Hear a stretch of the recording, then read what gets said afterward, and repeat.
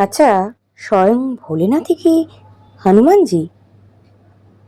এই প্রশ্নটি অনেকের মাথাতেই ঘোরাফেরা করে। আজকে সেই প্রশ্নের কিছুটা সমাধান আমি আপনাদেরকে এই ভিডিওর মাধ্যমে বলার চেষ্টা করব। ঈশ্বর সর্বজ্ঞ, সর্বশক্তিমান, তার লীলা বোঝা বড়ই দায়। তবে এই প্রশ্নের উত্তর খুঁজতে গেলে তার লীলা আর ভক্তি, এই দুটো দৃষ্টিতে এটাকে দেখতে হবে। প্রথমত, ঈশ্বরের কাছে কিছুই অজানা নয়। তিনি জানেন তার শক্তি সীমাহীন, তাই মানুষের কাছে তাকে যাচাই করবার নিশ্চয়ই তার প্রয়োজন নেই। কিন্তু তবুও আমরা দেখি হনুমানজি নিজের শক্তিকে সীমাবদ্ধ করে রেখেছিলেন। এটাও এক ধরনের ঈশ্বরীয় লীলা। হনুমানের জীবনে একটি গুরুত্বপূর্ণ ঘটনা হলো, তিনি নিজের শক্তিকেই ভুলে গিয়েছিলেন। ছোটবেলায় তার এই অসীম শক্তির কারণে ঋষিরা বা ঋষিগণ তাকে অভিশাপ দেন, যাতে তিনি নিজের শক্তি ভুলে থাকেন, যতক্ষণ না তাকে কেউ সেটা স্মরণ করিয়ে দিচ্ছে। এই ঘটনা খুবই গুরুত্বপূর্ণ।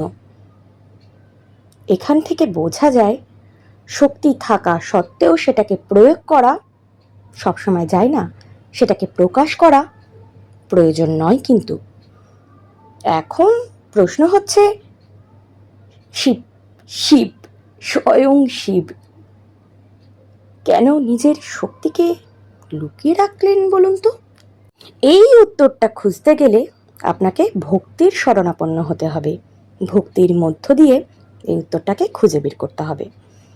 যদি হনুমানজি সর্বদা নিজের অসীম শক্তির কথা জানতেন, তাহলে হয়তো তার মধ্যে অহংকার তৈরি হয়ে যেত।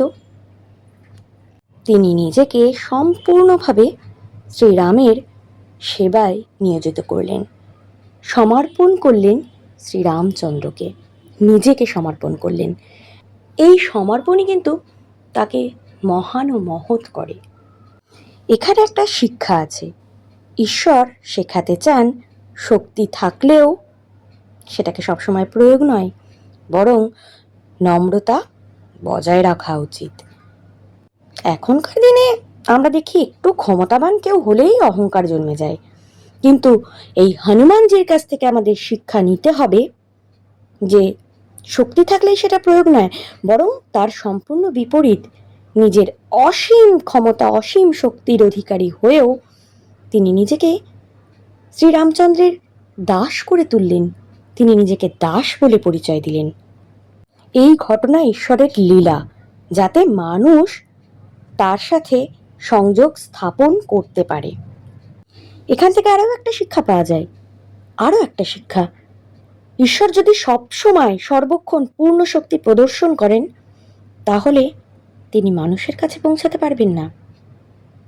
তাই তিনি কখনো মানুষ, কখনো ভক্ত, কখনো বা শ্রীকৃষ্ণের মতো প্রেমিক, কখনো বা জগন্নাথ দেবের মতো বন্ধু, মাধব দাসের প্রিয় বন্ধু। এর থেকে বোঝা যায়, ঈশ্বর নিজের শক্তিকে নিয়ন্ত্রণ করতে জানেন, নিয়ন্ত্রণ করতে চেয়েছেন। এখানেই তার আসল মাহাত্ম্য।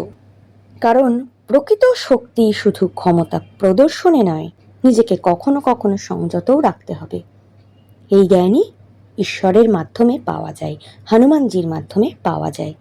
হনুমান যখন লঙ্কা দহন করেন, যখন দ্রোণাগিরি পর্বত, গন্ধমাদন পর্বত থেকে সঞ্জীবনী বুটি তুলে আনেন, তখন তিনি তার শক্তিকে সত্যিই প্রকাশ করেছেন। প্রয়োজনে তিনি সেটা প্রকাশ করেছেন, কখনো অহংকার বা নিজের গৌরবের জন্য নয়, অন্যের কল্যাণে প্রকাশ করেছেন। এটাই হলো ঈশ্বরীয় শক্তির প্রকৃত ব্যবহার। এটা আমাদের জীবনেও কিন্তু প্রযোজ্য। হনুমানজির কাছ থেকে আমরা এটা শিখতে পারি, এই শিক্ষাটা আমরা নিতে পারি যে আমরা শুধুমাত্র নিজের ক্ষমতা প্রমাণ নয়, আমরা চাই কিন্তু সবসময় নিজের ক্ষমতা প্রমাণ করতে, কিন্তু সেটা নয়। অন্যদের দেখাতে চাই আমরা কতটা শক্তিশালী, কিন্তু হনুমানজির কাছ থেকে আমাদের শেখার বিষয় হলো তিনি কিভাবে নিজের শক্তিকে নিয়ন্ত্রণ করেছেন সর্বশক্তিমান হওয়া সত্ত্বেও। ঈশ্বর সেই শক্তিকে লীলা ও শিক্ষার মাধ্যমে প্রকাশ করেছেন। এখান থেকে যে শিক্ষাটা পাই, নিজের শক্তিকে নিয়ন্ত্রণ করা, সঠিক সময়ে ব্যবহার করা এবং অহংকার থেকে দূরে থাকা, এটাই হলো জীবনের আসল মহত্ব। অনেক সময় শক্তির চেয়েও বড় হলো নম্রতা, বিনয় ও ভক্তি। আমাদের সনাতন ধর্মের শাস্ত্রে বলা রয়েছে ভোলেনাথেরই 11তম অবতার হলেন স্বয়ং হনুমানজি। তাই ভোলেনাথের সমস্ত শক্তি হনুমানজির মধ্যে বিরাজমান। স্বয়ং ভোলেনাথই হনুমান রূপে অবতার গ্রহণ করে মানুষকে এই শিক্ষাগুলো দিয়ে গেছেন। অষ্ট চিরঞ্জীবীর মধ্যে একজন হলেন আমাদের বজরংবলী। শ্রীরামের ভক্ত হলেন বজরংবলী। জয় বজরংবলী। মহাভারতের রথের রক্ষাকারী হলেন স্বয়ং বজরংবলী। ভোলেনাথ বজরংবলী রূপে অবতার গ্রহণ করে ভক্ত হতে শিখিয়েছে, নম্র হতে, বিনয় শিখিয়েছে। যুগে যুগে ভগবান এক একটা অবতার নিয়ে মানুষের কাছে শিক্ষাগুলো পৌঁছে দিতে চেয়েছে। জয় শ্রীরাম, জয় বজরংবলী, জয় ভোলেনাথ। রাধে রাধে। ভিডিওটা ভালো লাগলে লাইক করবেন, চ্যানেলটাকে সাবস্ক্রাইব করে পাশে থাকবেন। ভালো থাকবেন সকলে।